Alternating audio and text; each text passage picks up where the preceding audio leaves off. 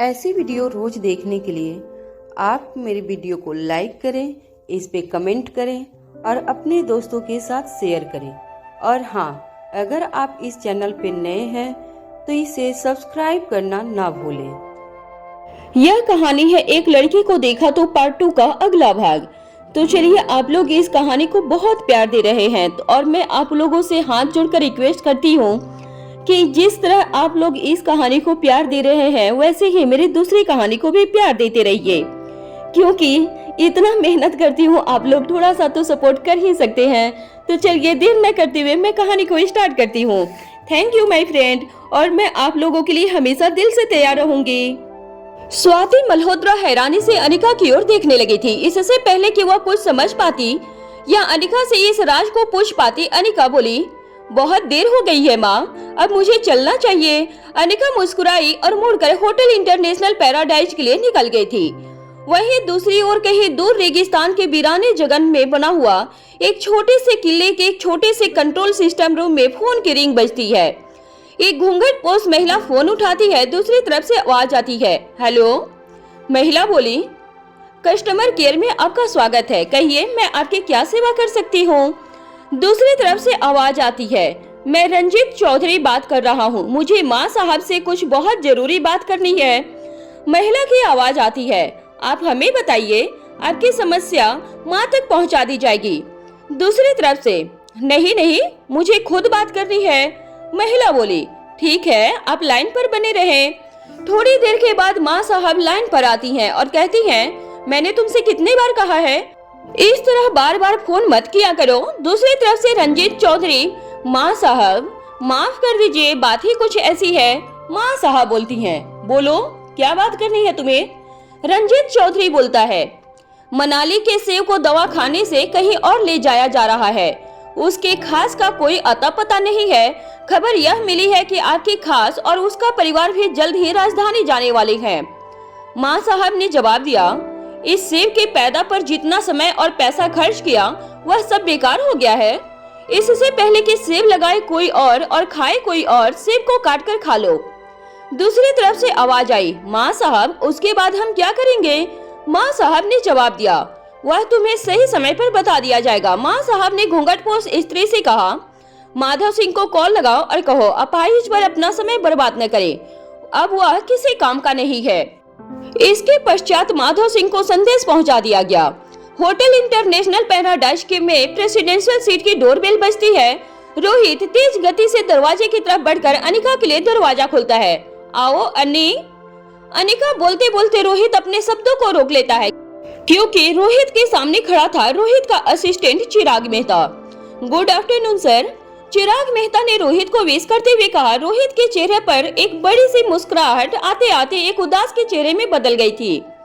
चिराग मेहता रोहित को बहुत करीब से जानता था।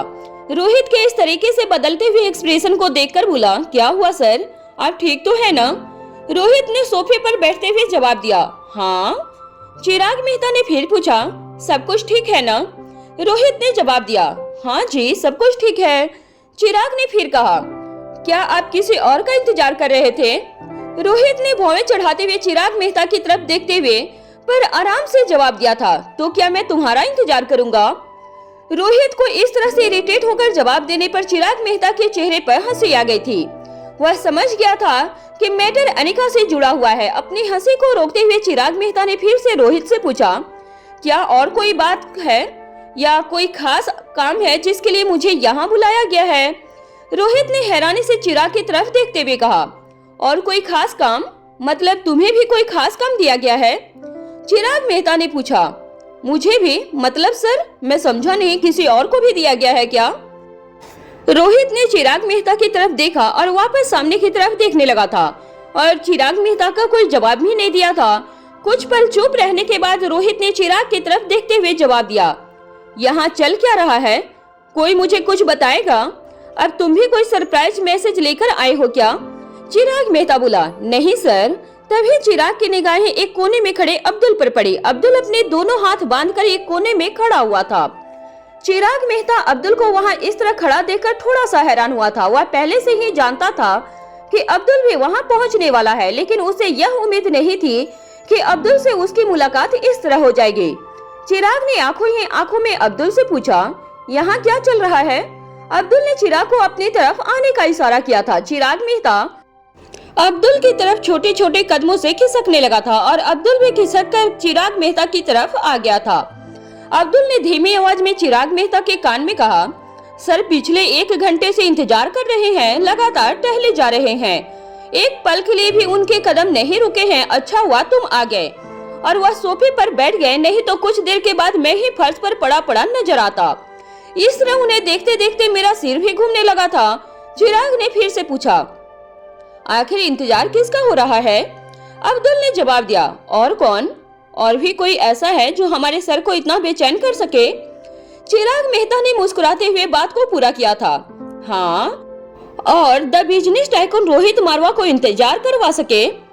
चिराग मेहता ने अब्दुल की तरफ देखा और आंखों ही आंखों में अनिका का नाम ले लिया था। अब्दुल ने बदले में जवाब दिया, हाँ अनिका मैडम है। अपनी बात को बढ़ाते हुए अब्दुल ने कहा, अब तक रोहित सर खुद 5 बार दरवाजा खोल चुके हैं, हर बार सोचते हैं अनिका मैडम होंगी, लेकिन अनिका मैडम अभी तक नहीं आई है। चिराग मेहता बोला, और इस बार मैं आ गया। अब्दुल धीमी आवाज में बोला, हाँ हाँ। चिराग मेहता ने आगे पूछा, लेकिन वह गई कहाँ है? अब्दुल ने जवाब दिया, नहीं मालूम है, मुझे कैसे मालूम होगा? चिराग मेहता ने कहा, तुम चीफ ऑफ सिक्योरिटी हो और तुम्हें यह जानने का हक है, तुमने रोहित सर से पूछा नहीं? अब्दुल ने जवाब दिया, कह तो रहा हूँ नहीं मालूम है, मतलब नहीं मालूम है। चिराग ने अब्दुल की तरफ देखा था। अब्दुल ने चिराग की आंखों के सवाल को पढ़कर जवाब दिया, हाँ सर को भी नहीं मालूम है। यह सुनकर चिराग मेहता को थोड़ी चिंता हुई थी, लेकिन उससे ज्यादा उसे इस स्थिति पर हंसी आ रही थी। चिराग मेहता वैसे रोहित का पर्सनल असिस्टेंट था, लेकिन वह रोहित के साथ इतने लंबे समय से था कि रोहित को बहुत अच्छी तरह से जानता था और उसका दोस्त भी बन गया था। एक बार फिर प्रेसिडेंशियल सीट की डोरबेल बजती है। अब्दुल और चिराग एक दूसरे की तरफ देखते हैं, पर दोनों में से किसी की हिम्मत नहीं होती है कि वह रोहित से पूछे कि क्या वह दरवाजा खोल दे। इसके बाद दोनों ही दरवाजे की तरफ बढ़ते हैं। पीछे से रोहित की आवाज आती है, रुको मैं खोलता हूँ। दोनों चौंक कर एक दूसरे की तरफ देखने लगते हैं और वापस अपनी अपनी जगह पर खड़े हो जाते हैं। रोहित दरवाजा खोलने के लिए खड़ा हो ही रहा था कि इतने में रिया अपने रूम से दौड़कर बाहर निकलते हुए दरवाजे तक पहुंच जाती है और शोर मचाते हुए कहती है, देखना डैडी, इस बार पक्का मम्मा ही आई होगी। रोहित रिया से बेइंतहा प्यार करता था। अगर रिया की जगह दरवाजा खोलने की हिमाकत किसी और ने की होती तो न जाने इस वक्त उसका क्या होता, क्योंकि इस बार सच में दरवाजे पर अनिका थी। रिया उछल उछल कर शोर मचाते हुए अनिका के गले लग गई। रिया की आवाज सुनकर आर्यन और एलेक्जेंडर भी बाहर निकल आए थे। अनिका ने बारी बारी से सबको गले लगाया और कहा, तुम सब लोग बैठो, मैं फ्रेश होकर आती हूँ। इतने में आर्यन ने अनिका का हाथ पकड़ते हुए कहा, मम्मा क्या आपने सुबह ब्रेकफास्ट किया था? एलेक्जेंडर ने पूछा, और आपका लंच? अनिका ने प्यार से दोनों बच्चों के सर पर हाथ फेरते हुए कहा, बस मुझे 5 मिनट दो, मैं अभी आती हूँ और फिर साथ में लंच करते हैं। इतने में अनिका की निगाह एक तरफ खड़े चिराग मेहता और अब्दुल पर जाती है। अनिका ने दोनों की तरफ देखते हुए कहा, मुझे उम्मीद है आप दोनों अच्छे होंगे। दोनों ने एक साथ जवाब दिया, जी मैडम। अनिका ने फिर से कहा, काम हो गया? दोनों ने एक साथ जवाब दिया, जी मैडम, सब रेडी है। रोहित ने देखा कि अनिका सभी से बात कर रही है, लेकिन रोहित की तरफ एक निगाह देखा तक भी नहीं। रोहित अपना सूट ठीक करते हुए अपनी जगह से खड़ा हुआ। अनिका अपनी कनखियों से रोहित को पहले ही देख चुकी थी। आज रोहित ऐसे रेडी हुआ था जैसे वह ऑफिस जाने के वक्त होता था। रोहित को एक निगाह देखकर उसके ड्रेसिंग लुक से कोई भी इम्प्रेस हुए बिना नहीं रह सकता था। सच यह था कि अनिका रोहित के लुक्स और ड्रेसिंग पर्सनालिटी की दीवानी थी। जब अनिका की निगाह रोहित पर गई तो उसका ऐसा मन हुआ कि वह लगातार रोहित को देखते ही रहे, लेकिन अनिका ने इस तरह इग्नोर किया कि रोहित खुद उठकर अनिका की तरफ आ गया था। रोहित इस बात को जानता था कि अनिका की निगाहों में अगर किसी मैन सबसे ज्यादा स्मार्ट था तो वह रोहित खुद था। रोहित बोला, अनिका तुम ठीक तो हो ना? इससे पहले कि रोहित आगे कुछ बोल पाता, अनिका ने बिना देखे जवाब दिया, हाँ मुझे क्या होना है, मैं अभी फ्रेश होकर आती हूँ। अनिका अपनी मुस्कुराहट को छुपाते हुए तेजी से बेडरूम की तरफ चली जाती है। इस तरह रोहित को तरसाने में अनिका को भी बड़ा मजा आ रहा था, लेकिन इस पहलू का दूसरा सच यह भी था कि अनिका खुद रोहित के लिए तरस रही थी। बीते दिनों में उसने जितनी भी तकलीफें उठाई थी वह सब की सब यादें एक पल पहले ही घटना की तरह उसके दिमाग और आंखों के आगे तैर रही थी। अनिका रोहित को हर आप बीती विस्तार से बताना चाहती थी, उसके हर सवाल का जवाब देना चाहती थी, अपने मन के सैकड़ों सवालों को भी पूछना चाहती थी और उससे भी ज्यादा जरूरी बात कसकर रोहित के सीने से लगना चाहती थी। लेकिन कहीं अनिका के इमोशंस उसके एक्सप्रेशन पर हेवी ना हो जाए, इसलिए वह यह सब नहीं कर रही थी। अनिका की एक भी चूक उसके किसी भी अपने के लिए जानलेवा हो सकती थी या फिर उसकी प्लानिंग पर पानी भी फेर सकती थी। इस वक्त वह रोहित को परेशान भी नहीं करना चाहती थी, क्योंकि वह जानती थी कि पिछले दिनों में रोहित ने अनिका की वजह से कितना इमोशन ड्रामा फेस किया था। चिराग और अब्दुल की तरफ देखते हुए, मैंने आप दोनों को जो कुछ भी ब्रीफ किया था, ठीक 10 मिनट के बाद मुझे उन सब तैयारियों की डिटेल्स इन्फॉर्मेशन चाहिए। चिराग और अब्दुल बोले, जी मैडम। रोहित अनिका का यह नया रूप देखकर हैरान था। दरअसल यह पहली बार था जब अनिका चिराग मेहता और अब्दुल को किसी तरह के काम को करवाने के लिए इंस्ट्रक्शन दे रही थी और एलेबोरेटेड इंफॉर्मेशन भी मांग रही थी। रोहित अनिका के पीछे पीछे बेडरूम की तरफ जाता है, लेकिन उससे पहले कि अनिका वॉशरूम में जा चुकी होती है, रोहित कभी बेड पर बैठकर तो कभी टहलकर उसके आने का इंतजार करने लगा। ठीक 5 मिनट के बाद अनिका फ्रेश होकर बाहर आती है। अनिका को देखते ही रोहित के चेहरे पे बड़ी सी स्माइल आ जाती है। अनिका रोहित की तरफ देखे बिना उसके बिल्कुल करीब से होकर बाहर की तरफ जाने लगती है। अनिका की खुशबू से रोहित जैसे नशे का एहसास होने लगा था। तभी अनिका महसूस करती है कि वह आगे नहीं बढ़ पा रही है। उसे एहसास होता है कि रोहित ने अनिका का हाथ पकड़ा हुआ है। अनिका के दिल की धड़कन बढ़ जाती है। अनिका समझ जाती है कि वह वक्त आ गया है जिससे वह लगातार बच रही थी। रोहित अनिका को अपनी तरफ खींचता है। दोनों का चेहरा एक दूसरे की तरफ था और करीब में भी था। अनिका रोहित की आंखों में देख रही थी और रोहित अनिका की आंखों में। रोहित का दिल भी जोरों से धड़क रहा था, बिल्कुल वैसे जैसे कि कोई प्रेमी पहली बार अपनी प्रेमिका के करीब खड़ा हो। कुछ सेकंड खामोशी रहती है और फिर जैसे ही रोहित बोलने की कोशिश करता है, दरवाजे पे नॉक करने की आवाज आती है। रिया कहती है, come on mom and dad, please have a lunch, we are very excited to go back home. हम घर जाएंगे। ये अनिका जवाब देती है, यस वी आर कमिंग, हम आ रहे हैं। फिर मुस्कुराकर रोहित की तरफ देखती है और प्यार से अपना हाथ छुड़ाते हुए बाहर की तरफ चली जाती है। अब्दुल और चिराग मेहता भी बाकी की तैयारियों के लिए वहां से जा चुके थे। पूरी परिवार लंच के लिए डाइनिंग टेबल पर पहुंच जाता है। टेबल पर अनिका की पसंद की सभी चीजें मौजूद थी, जो रोहित ने कहकर खास अनिका के लिए बनवाई थी। खाना सर्व करने के लिए मौजूद स्टाफ को रोहित इशारे से वहां से चले जाने के लिए कहता है। सभी वहां से चले जाते हैं और फैमिली को पर्सनल टाइम स्पेंड करने के लिए छोड़ देते हैं। अनिका के जाने के बाद स्वाति मल्होत्रा कुछ देर के लिए भारी कसमकस की स्थिति में आ जाती है। उनके पैरों तले से जैसे जमीन ही खिसक गई हो। स्वाति मल्होत्रा ने यह कभी नहीं सोचा था कि यह राज किसी को भी पता हो सकता है। कुछ ही क्षणों के बाद स्वाति मल्होत्रा कॉन्शियस में हो जाती हैं और खुद को कहती हैं, इस राज से पर्दा बाद में उठाकर इस नई समस्या का सामना बाद में करेंगे। फिलहाल मुझे मेरी बेटी की मदद करनी है। स्वाति मल्होत्रा मुड़कर वापस अंधेरे में अंदर की ओर चली जाती हैं। तभी बूढ़े बाबा स्वाति मल्होत्रा के सामने आ जाते हैं और पूछते हैं, क्या हुआ स्वाति मैडम, क्या कोई चिंता की बात है? स्वाति मल्होत्रा जवाब देती हैं, बात चिंता की तो है, पर अभी उससे भी ज्यादा जरूरी वह काम है जो अनिका मुझे सौंप कर गई है। आइए, हमारे पास वक्त कम है और काम ज्यादा है। जल्द से जल्द कुछ जरूरी चीजें अनिका तक पहुंचानी है। उसके बाद स्वाति और बूढ़े बाबा अंडरग्राउंड की तरफ चले जाते हैं, जिसका दरवाजा ऑटोमेटिक था। बाहर से देखने पर किसी को भी वहां सिर्फ एक चट्टान दिखाई देती है। वहां कोई दरवाजा भी हो सकता है, इसका अनुमान भी नहीं लगाया जा सकता था। रोहित बड़े ही प्यार से अनिका और अपने बच्चों को खाना सर्व कर रहा है। पूरा परिवार साथ में बैठकर हंसी खुशी से अपना पूरा लंच करते हैं। लंच पूरा हुआ ही था कि इतने में प्रेसिडेंशियल स्वीट की डोरबेल बजती है। एक सिक्योरिटी गार्ड अनिका के लिए मैसेज लेकर आता है, मैडम नीचे आपके नाम से कुछ बड़े बड़े पार्सल आए हैं, अगर आप कंफर्म कर दें तो हम पार्सल की सुरक्षा जांच कर ले।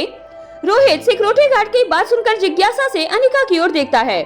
अनिका गार्ड को कहती है, हाँ वह पार्सल मेरे लिए है, वैसे तो वह सेफ है, सुरक्षा जांच के समय बर्बाद करने की जरूरत नहीं है, लेकिन अब्दुल ऐसा ना करे यह भी संभव नहीं है। अब्दुल को कहो कि सभी फॉर्मेलिटी पूरी करने के बाद उनमें से एक पार्सल के अंदर एक बॉक्स होगा, उसे लेकर चिराग मेहता के साथ तुरंत स्वीट में आ जाए।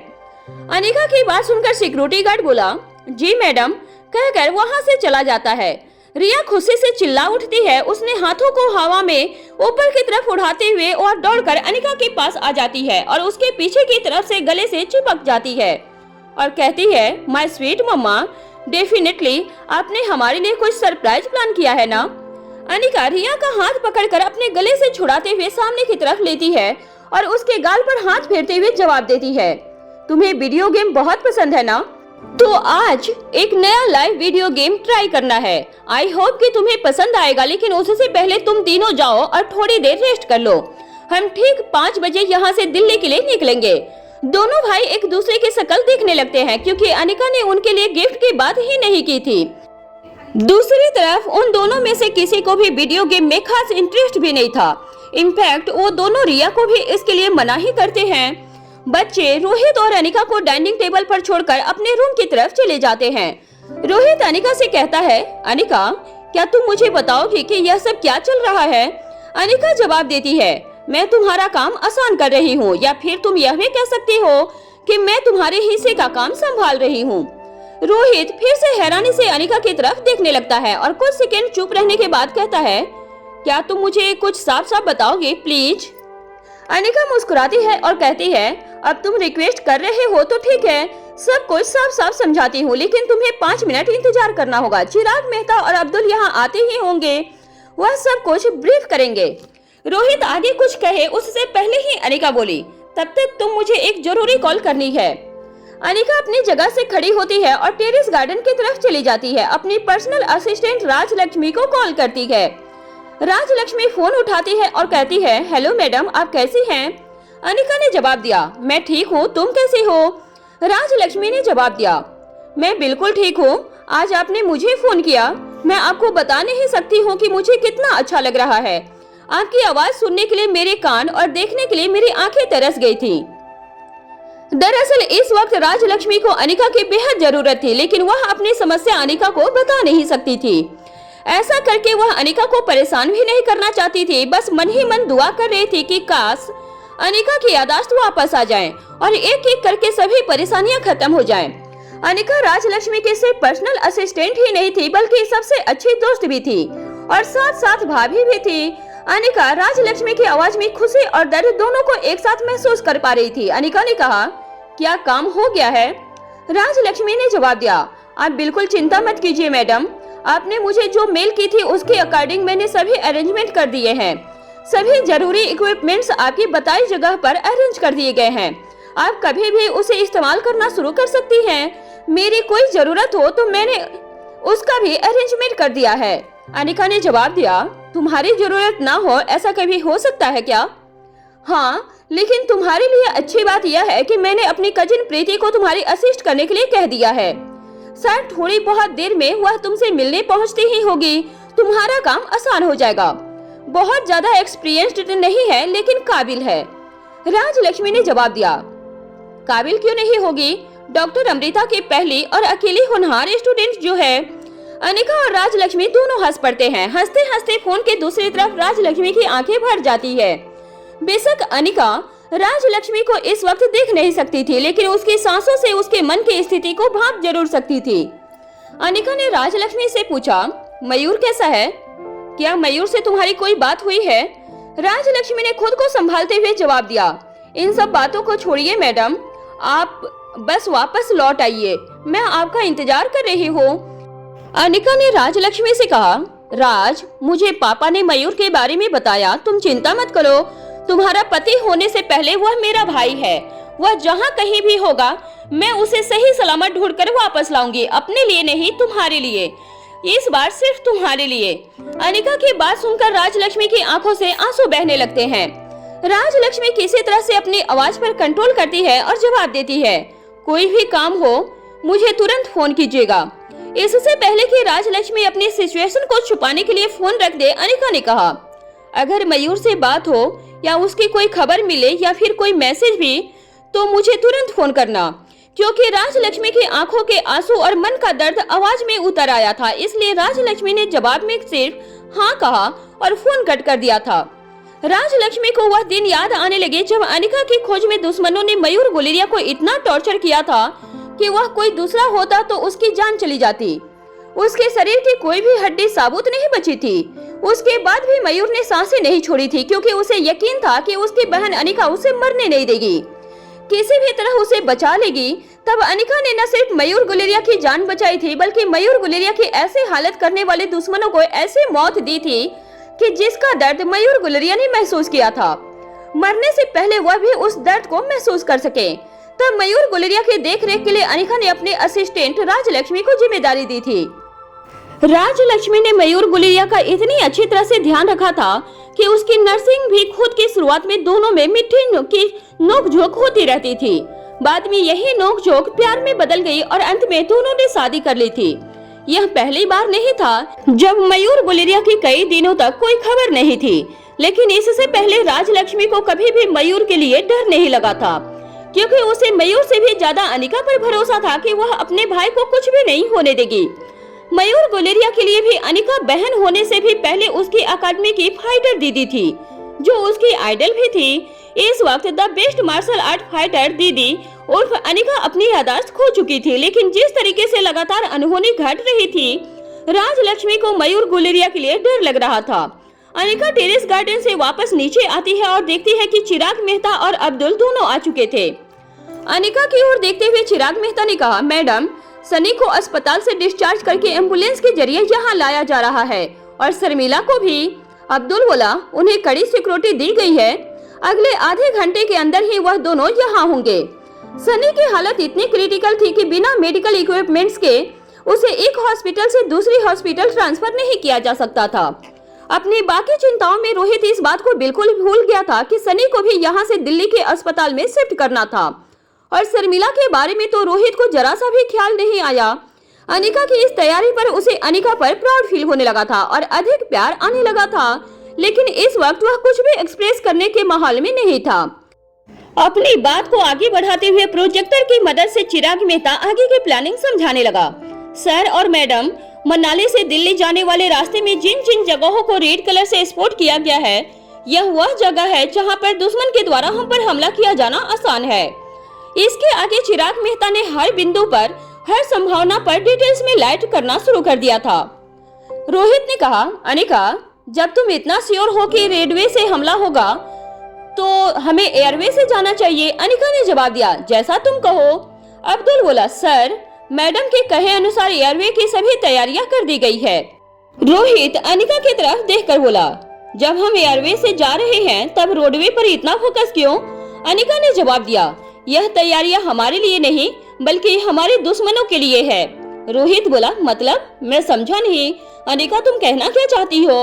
अनिका ने जवाब दिया, शर्मिला। रोहित ने धीमी आवाज में अनिका से पूछा, तुम्हें शर्मिला हॉस्पिटलाइज होने के बारे में पता कैसे चला? अनिका ने धीरे से कहा, तुम्हारा वफादार इंस्पेक्टर गिरीवाल ने मुझे सब कुछ बता दिया था। अब्दुल बोला, मैडम, आप चाहती हैं कि आपके दुश्मन शर्मिला को खुद ही खत्म कर दे, अपना मोहरा खुद ही तोड़े? रोहित अनिका की तरफ देखकर मुस्कुराने लगा था और उसकी मुस्कुराहट ने अनिका को यह बता दिया था कि अनिका के आगे की चाल रोहित समझ चुका है। लेकिन अब देखना यह था कि यह होगा कैसे कि शर्मिला मरकर भी जिंदा रह जाए। अब्दुल को गार्ड से अपने वायरलेस पे मैसेज मिलता है, सर, सनी सर को लेकर एम्बुलेंस आ चुकी है। अब्दुल जवाब देता है, ठीक है, जैसा बताया गया है वैसा करो। सिक्योरिटी गार्ड जवाब देता है, यस सर। अब्दुल अनिका से कहता है, मैडम, यह आपका बॉक्स जो बड़े पार्सल में लेने के लिए कहा गया था, अब नीचे मुझे ले जाना चाहिए। चिराग मेहता उसे रोकते हुए कहता है, मैं भी सर साथ में आता हूँ। चिराग मेहता रोहित की तरफ देखते हुए बोला, अगर आप कहे तो इंस्पेक्टर गिरीवाल को भी साथ में ले ले। रोहित अनिका की तरफ देखता है। अनिका रोहित की आंखों से किए गए सवाल का जवाब देती है। चिराग मेहता की तरफ देखते हुए, नहीं, अभी नहीं, अभी इंस्पेक्टर गिरीवाल के लिए कुछ जिम्मेदारियां बाकी हैं। चिराग मेहता, जी मैडम, मैं समझ गया आपकी बात को। इसके बाद अब्दुल और चिराग वहां से चले जाते हैं। अनिका बॉक्स को ओपन करती है, उसमें से 3 जॉयस्टिक विद स्क्रीन निकालती है, साथ ही रैप किया हुआ एक गिफ्ट जिस पर स्टिकर चिपकाए गए पेपर का पर कुछ लिखा हुआ था। ज्ञान चाहे कितना भी पुराना हो, उसे मिटाया नहीं जा सकता। जिसका स्रोत यह ब्रह्मांड है, उसे सिर्फ प्राप्त किया जा सकता है। Special gift for under woman. Anika ने गिफ्ट को अनपैक किया। उसमें से एक बहुत ही पुरानी किताब निकाली, जिसके पेजों को पलटने पर अनिका ने देखा कि उसमें शरीर के उन सभी भागों के नर्वस सिस्टम का विस्तार से वर्णन किया गया है, जिसका इम्पैक्ट बॉडी पर सिर्फ कुछ ही क्षणों में होता है। इसी का ज्ञान प्रयोग कर पुराने समय में राजा महाराजा अपने दुश्मनों को अपने सामने की लड़ाई एवं युद्ध में ढेर किया करते थे। इस पुस्तक में इंसानों के साथ साथ जानवरों को भी पल भर में काबू में करने की टेक्निक्स दी गई थी। यह किताब स्वाति मल्होत्रा ने अनिका को उसकी फाइटिंग स्किल को धार देने के लिए भेजी थी। यह कहा जा सकता था कि आगामी जंग के लिए अनिका की ट्रेनिंग शुरू हो गई थी। जैसे ही अब्दुल और चिराग मेहता पार्किंग लॉट तक पहुंचे, शर्मिला भी कड़ी सिक्योरिटी में होटल इंटरनेशनल पैराडाइज पहुंच चुकी थी। सनी को एम्बुलेंस के जरिए हेलीपैड तक ले जाया जा चुका था और सुरक्षित रूप से चॉपर में शिफ्ट कर दिया गया था। आकाश गुलेरिया के जाने के बाद से करण गुलेरिया ने एक बार फिर से बिजनेस एम्पायर को ज्वाइन कर लिया था, लेकिन समस्या सिर्फ इतनी नहीं थी। घर और बिजनेस दोनों ही सालों से आकाश गुलेरिया ने ही संभाला था। इस उम्र में करण गुलेरिया को यह सब खुद संभालना होगा, इसकी उन्होंने कल्पना भी नहीं की थी। उन्होंने सोचा था कि बाकी की जिंदगी घर में खेलते छोटे बच्चों के साथ स्वाति मल्होत्रा की मीठी यादों में पूरी हो जाएगी। लेकिन कल किसने देखा है, अपने केबिन में कुछ फाइल्स को साइन कर रहे करण गुलेरिया का फोन रिंग करता है। करण गुलेरिया ने फोन उठाया। दूसरी तरफ से नंदिनी की हड़बड़ाती हुई आवाज सुनाई देती है। डॉक्टर का कहना है, पापा जी, श्रेया को अभी के अभी हॉस्पिटलाइज करना होगा, नहीं तो बच्चे की जान को खतरा हो सकता है। करण गुलेरिया नंदिनी की बात सुनकर अपनी जगह पर खड़े हो जाते हैं। कुछ सेकंड के बाद जवाब देते हैं, ठीक है, तुम हॉस्पिटल के लिए निकलो, मैं भी वहीं पहुंचता हूं। नंदिनी फैमिली डॉक्टर की मदद से श्रेया को एम्बुलेंस में शिफ्ट करती है। वैसे तो घर में नौकरों की इतनी बड़ी फौज थी कि नंदिनी को यह सब करने की जरूरत ही नहीं थी, पर श्रेया और उसके बच्चे की हालत जिस नाजुक मोड़ से गुजर रही थी, नंदिनी श्रेया का हर काम अपने हाथ से कर रही थी। वह किसी भी तरह की चूक का खतरा मोल नहीं लेना चाहती थी। नंदिनी कुछ जरूरी सामान को लेने के लिए वापस अंदर आती है तो सिद्धार्थ गुलेरिया ने नंदिनी का हाथ पकड़कर उसे एक कोने में ले जाता है और कहता है, नंदिनी, यह तुम क्या कर रही हो? तुम भी श्रेया के साथ साथ पागल तो नहीं हो गई हो? जो होता है सो होने दो, तुम्हें यह सब करने की क्या पड़ी है? नंदिनी पिछले काफी समय से सिद्धार्थ को हर दिन बदलते हुए देख रही थी।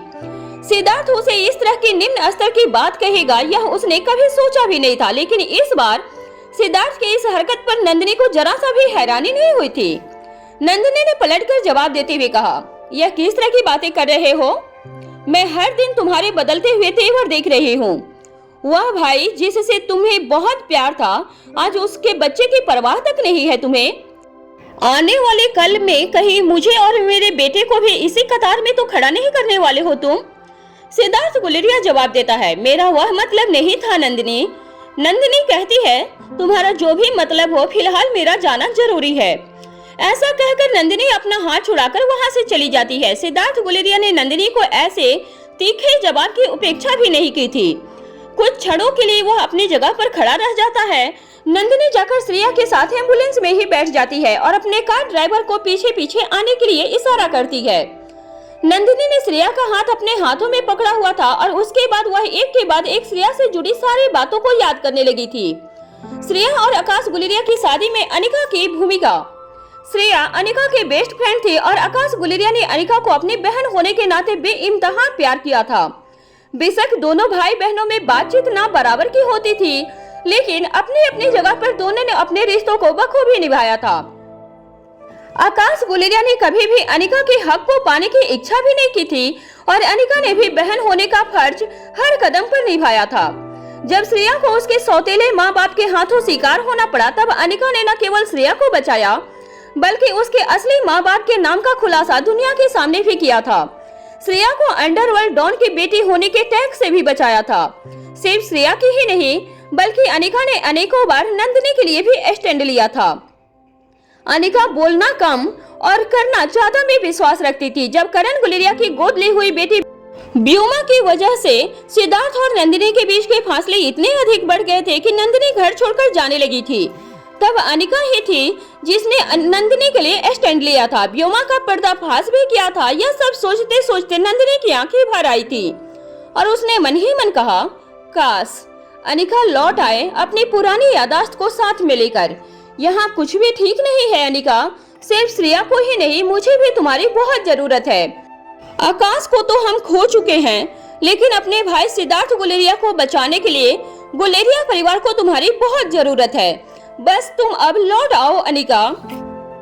चिराग मेहता और अब्दुल के जाने के बाद रोहित अनिका से कहता है, अगर तुम्हें इतना भरोसा है तो उसका कोई आधार भी जरूर होगा, लेकिन फिर भी तुम इतना श्योर कैसे हो कि दुश्मन का हमला सिर्फ शर्मिला को खत्म करने के लिए होगा और वह हम में से किसी को कोई नुकसान नहीं पहुंचाएगा, जबकि उन्हीं दुश्मनों ने तुम्हें जो घाव दिए थे उन्हें देखकर डॉक्टर का कहना था कि वह जानलेवा थे। अनिका जवाब देती है, क्योंकि शर्मिला का जिंदा रहना उनके कई राज खोल सकता है, इसलिए शर्मिला को खत्म करना उनके हित में होगा और दुश्मन हमारे मुंह से एक राज उगलवाना चाहता है जिसके लिए वह हमें जिंदा पकड़ना चाहेगा, मारना नहीं चाहेगा। अपनी आवाज में थोड़ी और नरमी लाते हुए रोहित ने करीब आकर अनिका ने अपनी बात को आगे बढ़ाते हुए कहा, पर तुम्हारी चिंता भी बिल्कुल सही है। दुश्मन तो आखिर दुश्मन होता है, उस पर इतना यकीन कैसे कर सकते हैं, लेकिन फिर भी हमें अच्छे दुश्मन की तरह व्यवहार करना है, हमें वही करना है जो हमारा दुश्मन चाहता है। रोहित ने कहा, मतलब अनिका तुम कहना क्या चाहती हो? अनिका ने जवाब दिया, शर्मिला की मौत। अनिका ने आगे कहा, सबसे आगे वाली गाड़ी में सिक्योरिटी गार्ड के साथ शर्मिला होगी ताकि दुश्मन के लिए वह एक इजी टारगेट हो। उसके पीछे सिक्योरिटी गार्ड्स की दूसरी गाड़ियां और सबसे पीछे हमारी गाड़ी और उसके पीछे बाकी सिक्योरिटी। रोहित आगे कुछ पूछता उससे पहले ही अनिका बोली, वेट मिस्टर मारवा, जरा यह सामान बच्चों को दे दूं। ऐसा कहकर अनिका बच्चों के रूम की तरफ चली जाती है। अनिका के दरवाजा खोलते ही तीनों बच्चे अनिका को देखकर अपनी अपनी जगह से खड़े हो जाते हैं। अनिका के हाथ में यह सब देखकर सभी एक्साइटेड हो जाते हैं और रिया खुशी से उछल पड़ती है। माय बेस्ट मम्मा, आई लव यू कहते हुए अनिका के हाथ में ली हुई स्क्रीन और जॉय स्टिक को ले लेती है। अनिका कहती है, यह एक लाइव गेम होने वाली है, इससे पहले कि गेम शुरू हो तुम लोग गेम्स के रूल्स एंड फीचर्स चेक कर लो। रिया कहती है, देखना मम्मा, इस बार भी हमेशा की तरह आपकी रिया ही विनर होगी। अनिका जवाब में मुस्कुराती है और ऑल द बेस्ट कहकर वापस लिविंग हॉल में रोहित के पास चली जाती है। रोहित ने अनिका से कहा, अब मैं पूछूंगा कि हमारे यह नए दुश्मन कौन है तो तुम अभी बताओ कि नहीं। अनिका ने रोहित की तरफ प्यार से देखते हुए मुस्कुराकर नहीं में अपनी गर्दन हिला दी थी। इसके आगे रोहित कुछ पूछता उससे पहले ही अनिका ने कहा, यह सब बातें हम आराम से करेंगे, अभी थोड़ी जल्दी है, लेकिन मिस्टर मारवा फिर भी आज के गेम में आपकी अपनी महत्वपूर्ण भूमिका है। रोहित चौंक कर अनिका की तरफ देखने लगता है कि अब क्या नया सरप्राइज है, क्योंकि अभी तक अनिका ने आज की तैयारी को लेकर या किसी भी तरह की प्लानिंग को लेकर रोहित से कोई भी डिस्कशन नहीं किया था और न ही उससे पहले कोई खबर होने दी थी। अनिका रोहित के एक्सप्रेशन को देखकर कहती है, नहीं नहीं मिस्टर मारवा, कोई बड़ा सरप्राइज नहीं है आपके लिए बड़ा ही आसान काम है। देखिए 5 बजने वाले हैं और अब हम सभी नीचे पार्किंग लॉट में जाएंगे, फिर अपनी हाई सिक्योरिटी में अपनी कार में बैठ जाएंगे और गाड़ियां बिना रुके अपनी तय की गई दिशा में आगे बढ़ेगी। अब काम यह है कि हमें गाड़ियों में बैठते हुए तो सभी देखेंगे, लेकिन बिना किसी के दिखाई दिए हमें उन गाड़ियों से निकलकर होटल के ही हेलीपैड तक पहुंचना है, क्योंकि तुमने ही कहा था कि हम सब एयरवे से जाएंगे। रोहित मुस्कुराकर अनिका की तरफ देखने लगता है। वह यह समझने की कोशिश कर रहा था कि अब अनिका की यह कौन सी नई तरकीब है और वह रोहित से एक्चुअली कहना क्या चाहती है। इतने में रिया अपने रूम से बाहर आ जाती है और आकर रोहित और अनिका से कहती है, वाओ मम्मा, इट्स ग्रेट, डेड लुक, यह एक कार रेसिंग वीडियो गेम है और देखिए इसे हमारी ही लाइव लोकेशन के अकॉर्डिंग डिजाइन किया गया है। ऐसा लग रहा है जैसे यह कार हमारी ही होटल के पार्किंग लॉट में खड़ी है और यह गाड़ियां कितनी हाई मॉडर्न टेक्निक से बनाई गई है। इस गाड़ी का फ्लोर भी ओपन हो सकता है, इसमें विजुअल इम्पैक्ट भी है। हम सीट पर अपनी पसंद के किसी भी ड्राइवर और पैसेंजर को बिठा सकते हैं। I am very excited to play it, thank you mumma. Riya की बात सुनते ही रोहित की हैरानी बढ़ जाती है और उसे अनिका की पूरी चाल भी समझ में आ जाती है। वह रिया के सिर पर हाथ फिराता है और कहता है, बेटा अभी आप अपने रूम में जाओ और अपने भाइयों के साथ चलने के लिए रेडी हो जाओ।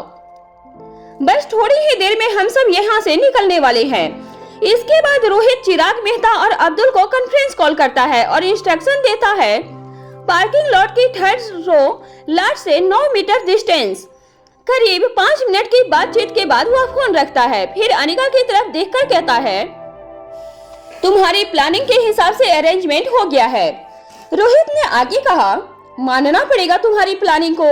अभी तक भी चिराग मेहता और अब्दुल भी नहीं जान पाए हैं कि तुम दरअसल करने क्या वाली हो। अनिका ने मुस्कुराकर रोहित की तरफ देखा और कहा, हमें अब चलना चाहिए। यह होटल रोहित ने खुद बनवाया था। अनिका इस बात को अच्छी तरह से जानती थी कि इसमें कहीं न कहीं सेफ अंडरग्राउंड जरूर बनाया गया होगा और उसी को ध्यान में रखते हुए अनिका ने यह पूरी प्लानिंग की थी। अब्दुल चिराग मेहता से कहता है, मुझे पूरा यकीन है जिन जगहों पर हमारी गाड़ियां रुकेंगी या कम रफ्तार में चल रही होंगी, ठीक तभी वह शार्प शूटर की मदद से शर्मिला को टारगेट करेंगे या फिर बम से उस गाड़ी को ही उड़ा देंगे जिसमें शर्मिला होगी। लेकिन मुझे अफसोस इस बात का है कि बेचारी शर्मिला के साथ साथ हमारे सिक्योरिटी गार्ड की भी जान जा सकती है। ऐसा कहकर अब्दुल के चेहरे पे दर्द आ जाता है। Ranjit Chaudhary hotel paradise international में ही ठहरा हुआ था। अपने आदमियों से फोन पर बात करते हुए कहता है, क्या बम तैयार है? वह जवाब देता है, हम पूरी तरह से तैयार हैं। इसके बाद रंजीत चौधरी कहता है, लेकिन समस्या सिर्फ उतनी नहीं है जितनी पहले थी। पहले हमें सिर्फ अपना टारगेट साधना था, लेकिन अब टारगेट को बहुत ही ज्यादा संभल कर साधना होगा, क्योंकि उसके साथ साथ रोहित मारवा और अनिका गुलेरिया अपने परिवार के साथ दूसरी गाड़ियों में भी मौजूद होंगे। हमारी एक जरा से चूक हमें माँ साहब के हाथों मौत के घाट उतार सकती है। गाड़ियों के नंबर और बाकी डिटेल्स मैं तुम्हें भेज दूंगा, लेकिन सतर्क रहना। आदमी जवाब देता है, जो हुक्म, हम सावधान रहेंगे, कोई चूक नहीं होगी। रोहित मारवा अनिका अपने तीनों बच्चों के साथ भारी सिक्योरिटी में अपने प्राइवेट लिफ्ट से नीचे आते हैं और होटल पैराडाइज इंटरनेशनल के एग्जिट तक पहुंच जाते हैं। तभी उनकी गाड़ियां उनके सामने रुकती है। सभी उन गाड़ियों में बैठ जाते हैं। यह गाड़ियां बजाय होटल से बाहर निकलने के पार्किंग लॉट की तरफ चली जाती हैं, जहां पर नई चमचमाती हुई 3 न्यू हाई टेक्निक्स मॉडल गाड़ियां खड़ी होती हैं। मार्केट में अभी इन गाड़ियों को देखा नहीं गया था। इन गाड़ियों की शान देखते ही बन रही थी। द बिजनेस टाइकून रोहित मारवा के लिए किसी भी गाड़ी के न्यू वर्जन मॉडल को सबसे पहले अपने परिवार के लिए खरीद लेना कोई बड़ी बात नहीं थी, और ऐसा कोई वर्जन सिर्फ मारवा परिवार के लिए ही बनाया गया हो, यह भी संभव था। रिया कहती है, मेरे साथ गाड़ी में कौन कौन आएगा? रोहित जवाब देता है, मैं हमेशा अपनी बेटी के साथ रहूंगा। रिया अनिका से पूछती है, और मम्मा आप? अनिका जवाब देती है, मैं भी मेरे दोनों बेटों के साथ अपनी बेटी की ही गाड़ी प्रेफर करूंगी। आर्यन और अलेक्जेंडर एक दूसरे की तरफ देखने लगते हैं और उसके बाद अनिका की तरफ देखते हैं। फिर अनिका आर्यन और अलेक्जेंडर की तरफ देखते हुए कहती है, चलो अब तुम दोनों भी फटाफट डिसाइड कर लो कि कौन किसके साथ और कहाँ बैठेगा। अलेक्जेंडर कहता है, मैं बड़ा भाई हूँ, इसलिए सिक्योरिटी मैं ही देखूंगा। अनिका कहती है, और शर्मिला किसके साथ रहेगी? आर्यन जवाब देता है, okay, I am well with her, मैं उसके साथ ठीक रहूंगा। अनिका अपने बच्चों से कहती है, तो तुम्हारे गेम का समय शुरू होता है, अब स्टार्ट नाउ। आर्यन कहता है, look at this weapons, I like this SLR, इन हथियारों की तरफ देखो, मुझे यह SLR बहुत पसंद है। पुलिस और फौजियों के पास यह आसानी से देखी जाती है। अलेक्जेंडर कहता है, पर मुझे यह जर्मन इनसोल्ट ज्यादा पसंद है, चलने में हल्की और कोई आवाज भी नहीं होती है इसमें।